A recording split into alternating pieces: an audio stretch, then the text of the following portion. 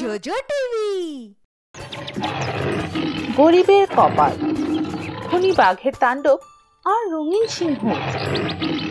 অনেক দিন আগের কথা, এক জঙ্গলে মিঙ্গু সিংহ আর মীনা সিংহী বাস করত। তারা দুজন অনেক গরিব ছিল আর অনেক কষ্ট করে শিকার করে কোনোভাবে তারা নিজেদের দিন পার করত।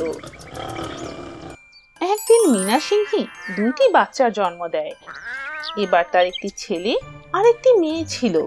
সে তার ছেলের নাম রাখে বিগু আর মেয়ের নাম রাখে চিক্কি। কিন্তু মেয়ে সন্তানের জন্ম হওয়ায় মিঙ্গু খুশি ছিল না। হে প্রভু, তুমি আমাকে মেয়ে কেন দিলে?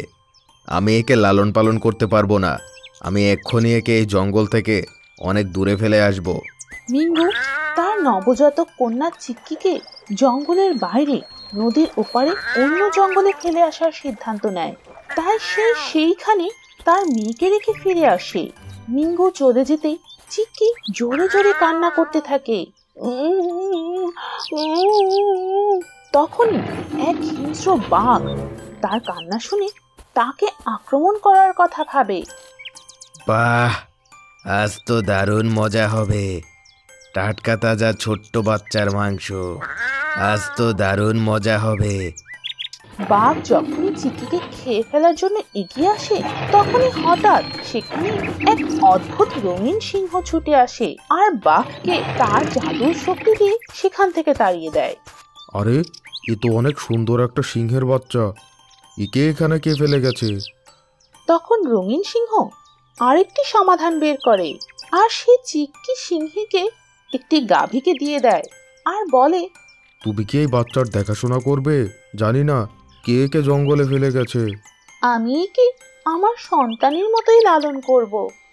গাভী হাসি মুখে সিংহের বাচ্চাকে লালন পালন করতে রাজি হয় আর তাকে খুব যত্ন করে দেখাশোনা করে। গাভী সিংহীকে জঙ্গলে থাকতে শেখায় আর তার সাথে অনেক খেলাধুলা করে। এভাবে অনেক দিন হয়ে যায়। অন্যদিকে মিঙ্গুর ছেলে বিগুও বড় হয়ে যায়, কিন্তু সে মোটেই বুদ্ধিমান আর শক্তিশালী ছিল না। সে শুধু সারাদিন ঘুমিয়েই পার করত। তার বাবা খুব চিন্তায় ছিল। একদিন বিগুর সাথে ওই হিংস্র বাঘের লড়াই হয় আর বাঘ তাকে আক্রমণ করে বেহুশ করে ফেলে। ছোট্ট একটি হাতি এটি দেখে ফেলে আর সে গিয়ে মিঙ্গু আর মীনাকে সব কথা জানায়। হাতির কথা শুনে তারা দুজন তাদের ছেলেকে বাঁচাতে বাঘের কাছে যায়, কিন্তু বাঘ তাদেরকেও জাদু দিয়ে একটি রশি দিয়ে বেঁধে ফেলে। তখন এমন সময় চিক্কি সিংহী নদীর পার দিয়ে যাচ্ছিল আর এই সব তার চোখে পড়ে। চিক্কি সিংহী তাদের তিনজনকে বাঁচাতে বাঘকে আক্রমণ করে আর তাকে মেরে ফেলে। সবাই প্রাণে বেঁচে যায়। মীনা সিংহী চিক্কির মুখে তার জন্মদাগ দেখে তাকে চিনে ফেলে আর বলে, মা, আমি তোমার মা, এসে তোমার বাবা। তোমার বাবা তোমাকে বোঝা মনে করে ছোটবেলায় অন্য জঙ্গলে ফেলে এসেছিল মা। হ্যাঁ মা, আমি ভুল করেছি, আমাকে ক্ষমা করে দাও। চিক্কি তাদের ক্ষমা করে দেয়। সবাই আবার একসাথে থাকতে শুরু করে। গরিব জেলে জাদুর মতি। অনেকদিন আগের কথা, এক গ্রামে সোহান নামের এক জেলে বাস করত। সে তার ছেলে মুন্নু আর তার স্ত্রী সোনিয়ার সাথে ছোট্ট একটি ভাঙা ঘরে থাকতো। প্রতিদিন সকালে সোহান নদীতে মাছ ধরতে যেত আর সেগুলো সে বাজারে নিয়ে বিক্রি করত। মুন্না তার বাবার থেকে একদম আলাদা ছিল।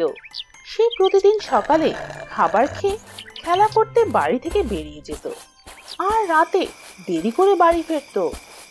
একদিন সোহান মুন্নুকে বলে, বাবা, তুমি তো এখন বড় হয়ে গেছো। কাল থেকে তুমি আমার সাথে নদীতে মাছ ধরতে চলো। তুমি সাহায্য করলে অনেক বেশি মাছ ধরতে পারবো। আরে না বাবা, আমি আপনাকে কাল সাহায্য করতে পারবো না। কাল আমার অনেক কাজ আছে আর একটা অনুষ্ঠানেও যেতে হবে আমাকে। কিন্তু বাবা, আর কতদিন এভাবে মেহনত করে যাব? আর এভাবে কতদিন টাকা উপার্জন করব? এখন তো তোমার এই পরিবার সামলানোর সময় হয়ে গেছে। এসব তোমাকেই করতে হবে বাবা। মুন্নু তার বাবার কথা না শুনে বাইরে চলে যায়। পরদিন মুন্নু ঘুরে বেড়ানোর সময় পাশেই ঝলমল করতে থাকা কিছু একটা দেখতে পায়। সে কাছে গিয়ে দেখে যে এটি একটি কাচের বক্স। সেই কাচের বক্সের মধ্যে অনেক মতি ছিল। মুন্নু যেই সেই বক্সটি তুলতে যায়, কে আমাকে হাসিল করতে এসেছে? তোমার নাম কি? কোথা থেকে এসেছো? আমার নাম তো মুন্নু। আমার সাথে কি বক্সের ভেতরের মতি কথা বলছো? আমি কি তোমাকে নিতে পারি? হ্যাঁ, আমি এই কাচের বক্সে বন্দি মতি। আমাকে পেতে হলে তোমাকে লোভী না, সৎ হতে হবে। আর তোমাকে পরিবর্তন করতে হবে। কিন্তু আমি তো সৎ, আর আমি আমার সব বন্ধুদেরকেও সাহায্য করি। কিন্তু তুমি কি তোমার বাবাকে সাহায্য করো? তুমি তোমার নিজের সাথে সৎ হও। মুন্নু কিছুক্ষণ ভাবতে থাকে। তারপর মতি আবারও বলে, কিছু সময়ের জন্য ওই সব জিনিস তুমি করার চেষ্টা করো যেগুলো তুমি তোমার আলসেমির জন্য করো না। যখনই তোমার মধ্যে সত্যিকারের পরিবর্তন আসবে, আমি তখন তোমার সামনে আবার হাজির হব। মুন্নু মতির কথা মেনে চলে। আর পরদিন থেকেই সে তার বাবার সাথে কাজে লেগে পড়ে। যখন সোহান মাছ ধরতে যায়, তখন মুন্নু তার সাথে সাথে যেতে শুরু করে আর তার কাজে সাহায্য করে। আজ আমাকে সাহায্য করে তুমি অনেক ভালো করেছো বাবা। এ কথা শুনে মুন্নু অনেক খুশি হয়। কয়েক সপ্তাহ পর একদিন বিকেলে নদীতে মুন্নুর সামনে মতি হাজির হয়। তুমি কি আমাকে নেবে না? আমি অনেক দিন ধরে তোমাকে দেখছি। তোমার মধ্যে অনেক ভালো পরিবর্তন এসেছে মুন্নু। হ্যাঁ, কিন্তু আগে আমি এই মতি শুধু আমার খুশির জন্যই নিতে চাইতাম। কিন্তু সত্যি বলতে আমার বাবার সাথে কাজ করে আমার বেশি ভালো লাগছে। তুমি আমার অনেক বড় উপকার করেছো। এরপর থেকে মুন্নু একটি সৎ ও সুখী জীবন যাপন করতে থাকে। মতি তাকে সৎ বানিয়ে দিয়েছিল। লম্বা পাওয়ালা গাভী আর কুমিরের আক্রমণ। অনেক দুষ্ট একটি কুমির জঙ্গলের পাশের নদীতে থাকত। জঙ্গলের পশু পাখিরা যেই ওই নদীতে পানি পান করতে যেত, সে তাদের মেরে খেয়ে ফেলত। কুমিরের কারণে সবার নদীতে যেয়ে পানি খাওয়া খুব সমস্যার হয়ে গিয়েছিল। একদিন এক গাভীর ছোট ছোট দুটি বাচ্চা জঙ্গলে সেই নদীর পাশেই খেলা করছিল। দুষ্ট কুমিরের নজর ছিল ওই বাচ্চা দুটির ওপর। বাচ্চা দুটিকে দেখে তো খুব সুস্বাদু মনে হচ্ছে। ওরা তো জানেই না। আর একটু এদিকে আসলেই ওদের আমি আমার শিকার বানিয়ে ফেলবো। আজকের খাবার অনেক মজা হবে। মনে হচ্ছে ওদের মাছ আশেপাশে নেই। এটাই সুযোগ। আজকে ওদের খেতেই হবে। একটু পরেই একটি বাচ্চা পানি পান করতে গেলে কুমির তাকে কামড়ে টেনে নিয়ে যায় আর খেয়ে ফেলে। এটি দেখে অন্য বাচ্চা দৌড়ে তার মায়ের কাছে যায়। মা মা মতিকে কুমির খেয়ে ফেলেছে। গাভী দৌড়ে নদীর পাড়ে আসে আর কান্না করতে থাকে। আমি মানা করেছিলাম না, এখানে খেলো না, এখানে দুষ্টু কুমির থাকে, চলো এখান থেকে, নয়তো ও আমাদেরও খেয়ে ফেলবে। গাভী কাঁদতে কাঁদতে তার বাচ্চাকে নিয়ে সেখান থেকে চলে যায়। কিন্তু সে দিন রাত তার হারানো বাচ্চার জন্য কান্না করতে থাকে। ও হো, আমার বাচ্চা, আমাকে আমার বাচ্চার বদলা নিতে হবে। আজও আমার বাচ্চাকে খেয়েছে, কালও অন্য কারো বাচ্চাকে খাবে। এভাবে ও তো জঙ্গলের সব বাচ্চাদের খেয়ে ফেলবে। সবাই ওর জন্য কত কষ্টে আছে। আজ আমি আমার বাচ্চাকে হারিয়ে সবার কষ্ট বুঝতে পেরেছি। ওই কুমিরকে মেরে ফেলতেই হবে। সবাই ওর জন্য কত কষ্টে আছে। আমাকে প্রভুর আরাধনা করতে হবে। গাভী প্রতিদিন প্রভুর আরাধনা করতে শুরু করে। একদিন সে তার প্রতিদান পায়। তার পা অনেক লম্বা আর মজবুত হয়ে যায়। গাভী এবার হাঁটতে হাঁটতে ওই নদীর পাড়ে যায়।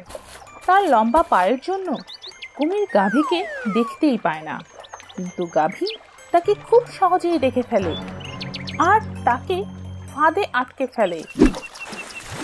গাভী তার ওপর একটি বিশাল জাল ছুঁড়ে মারে এবং তাকে নদীর বাইরে টেনে নিয়ে আসে।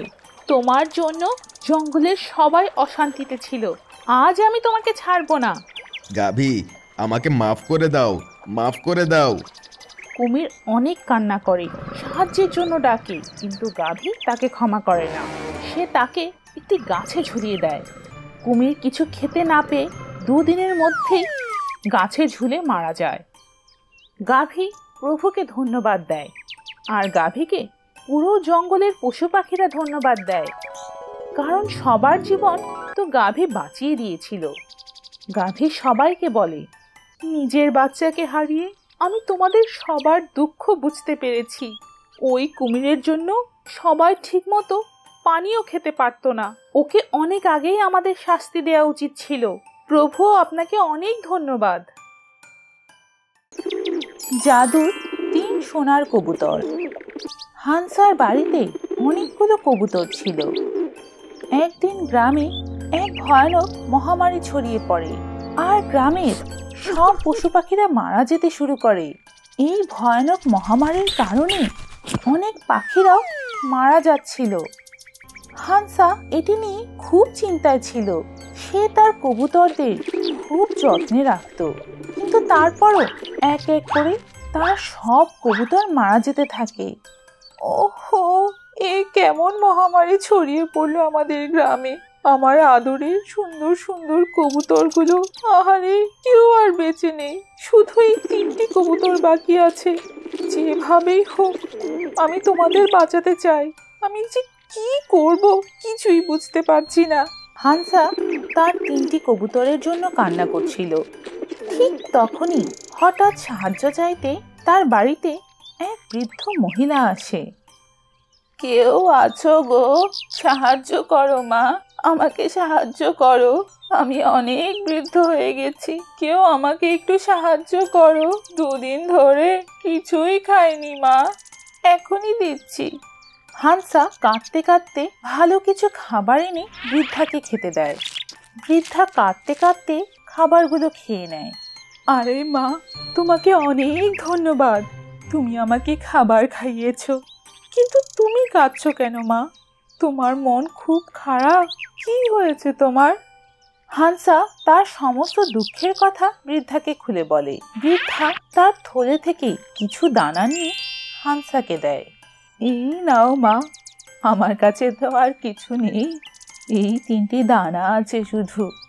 এক মহান সাধুমণি দিয়েছিলেন, বলেছিলেন যে এগুলো কোনো পাখিকে খাওয়ালে সেটা সোনার হয়ে যাবে, আর যখন চাইবে সাধারণ পাখির রূপ নিতে পারবে। আমার সোনা রূপার কোনো লোভ নেই। আমি তো এই দুনিয়ায় একা, আমার কেউ নেই। তার চেয়ে তুমি তোমার 3 কবুতরকে এই দানা খাওয়াও, 3জনই সোনার কবুতর হয়ে যাবে। আর যখন মহামারী চলে যাবে তখন আবার স্বাভাবিক করা যাবে। সত্যি মা, এমনটা হতে পারে?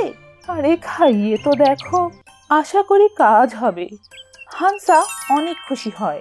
সে তার কবুতরদের একটি করে দানা খাওয়ায়, আর তার 3টি কবুতরই জাদুর সোনার কবুতর হয়ে যায়। আহ মা, দেখো, 3টি কবুতরই সোনার হয়ে গেছে। এখন আমি তোমাকে কোথাও যেতে দেব না। এখন তুমি আমার মায়ের মতো আমার বাড়িতেই থাকবে। আর আজকের পর আর যেন বলো না তোমার দুনিয়াতে কেউ নেই। এটা তুমি কি বলছো?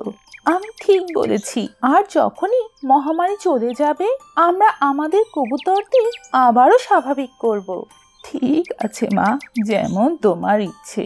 এরপর থেকে বৃদ্ধা সুখে শান্তিতে হাসি খুশিতে হানসার সাথে একটি পরিবারের মতো থাকতে শুরু করে। এবার আর তার কোনো ভয় ছিল না যে তার কবুতরেরা মারা যাবে। একদিন শহর থেকে এক ডাক্তার আসে আর কিছু ওষুধ দিয়ে যায়। মহামারীও চলে যায়। একদিন বৃদ্ধার সাথে বসে হানসা তার সোনার কবুতরদের আবারও জীবিত করে এবং তারা একদম আগের মতো হয়ে যায়। হানসার খুশি কোনো সীমা ছিল না। আরে বাহ মা, তুমি অনেক ভালো, ধন্যবাদ মা।